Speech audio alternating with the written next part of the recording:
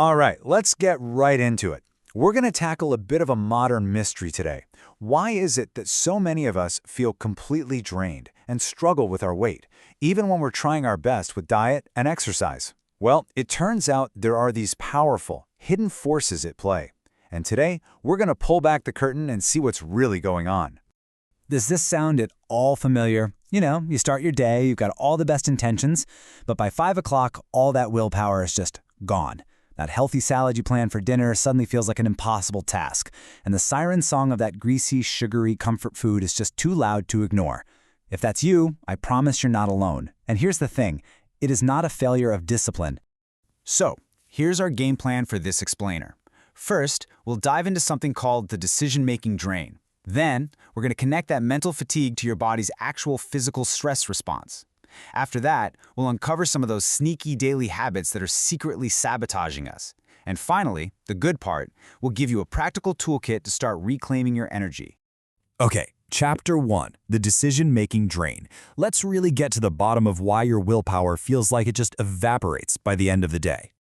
The key concept we need to understand is called decision fatigue. This idea comes from social psychologist Roy F. Baumeister. And to be really clear, this isn't about being physically tired. It's all mental. Just think about your day so far. What to wear, which email to answer first, what to have for lunch. Every single one of those choices, big or small, takes a little sip of your mental energy. Probably the best way to picture this is to think of your self-control like a gas tank. When you wake up, you've got a full tank. But every decision you make, what to say in a meeting, whether to buy something, what to cook for your kids, it's like hitting the gas. It uses up that fuel. And by the end of a really long day, you're just running on empty. And if you think this is just some abstract idea, get this. A wild study looked at judges' decisions, and the results were staggering. Early in the morning, when the judges were fresh, about 70% of prisoners got parole. But late in the day, that number dropped to less than 10%. The judges' decision-making gas tanks were empty, so they just defaulted to the safest, easiest choice, no. Now just imagine what your depleted brain does when it's faced with the choice between a healthy salad and an easy pizza. So when your brain is running on fumes, it starts looking for shortcuts. That's when you act impulsively, grabbing that candy bar at the checkout without even thinking. Or maybe you just do nothing. You feel totally paralyzed by choice. And your big long-term goals, like getting healthy, they get shoved aside for the instant gratification of pizza on the couch. So let's move on to Chapter 2, because this isn't just in your head. That mental drain we've been talking about, it's the trigger for a very real, very physical process in your body. Let's talk about the body's stress response and the physical cost of all that mental strain. That feeling of chronic stress, from your job, from all those decisions, it's not just a feeling. It is a biological event. It literally kicks off this cascade of hormonal chaos inside you, mostly driven by the overproduction of cortisol, the main stress hormone.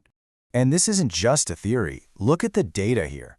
One study found that people in high-stress jobs, like bank employees and police constables, showed elevated levels of insulin resistance. Now that's a huge red flag. It basically means your body's getting worse at using sugar for energy, which makes it way more likely to just store that sugar as fat. And hey, it's not just your job that's triggering this. A lack of good, quality sleep, it creates a nearly identical crisis in your body, kicking off the same damaging hormonal storm. I mean, look at this. When you're tired, it's like your own hormones are conspiring against you. Your stress hormone, cortisol, goes up. Ghrelin, which is basically the I'm hungry hormone, starts screaming. And leptin, the hormone that's supposed to say, hey, you're full, gets totally silenced. It is the absolute perfect storm for overeating and weight gain. This leads us right into Chapter 3, our daily saboteurs. It's time to look at some of the common habits and even mindsets that are secretly fueling this entire cycle of fatigue. Let me ask you this. Do you go to the gym every day or go for a run, but you still feel sluggish and the scale just won't budge? Well, if that's you, you might be what researchers have started calling an active couch potato. Yeah, I know, it sounds like a total contradiction, but it is a very, very real thing. So this timeline probably looks pretty familiar to a lot of us, right? You drive to work, you sit at a desk all day, you drive home, and then you crash on the couch. And even with that heroic 45-minute workout squeezed in there, the math is just brutal. The vast majority of your day is spent sitting down. And this gets to the core of the problem. The research is becoming crystal clear on this. One intense workout just can't undo the metabolic damage of sitting for 10 or more hours. Our bodies were designed for near-constant, gentle movement, not to be parked in a chair all day. Now, beyond our physical habits, our own mindset can be a saboteur. And this slide draws a really important line between a healthy drive and what's called toxic perfectionism. That toxic version, with its impossible, rigid standards, it basically puts your body in a constant state of low-grade stress. It's just another road that leads right back to that hormonal chaos we were talking about. Okay, we spent a lot of time diagnosing the problem. Now it's time for the solution. Let's jump into our final chapter, reclaiming your energy. This is your toolkit for getting your life back in balance. First things first, we have to protect that mental gas tank. So try to make your biggest, most important decisions in the morning when you're fresh. Automate the small stuff whenever you can. And fuel your brain with things like complex carbs and protein for steady energy, not sugar spikes. Oh, and meal prepping on Sunday? Think of it as a gift to your future depleted self. You're removing one of the biggest decision hurdles of the week. Next, you've got to protect your physical recovery. This means making 7 to 9 hours of quality sleep completely non-negotiable. It's your biological reset button. And this one's huge. Set and enforce healthy boundaries, like turning off work notifications after hours. And finally, just practice noticing when you're drained without judging yourself for it. It's a signal to rest, not a sign that you're failing. And to break out of that active couch potato cycle, you've got to weave movement throughout your entire day. Set a timer, get up and walk around for 5 minutes every single hour. Swap a sitting meeting for a walking one.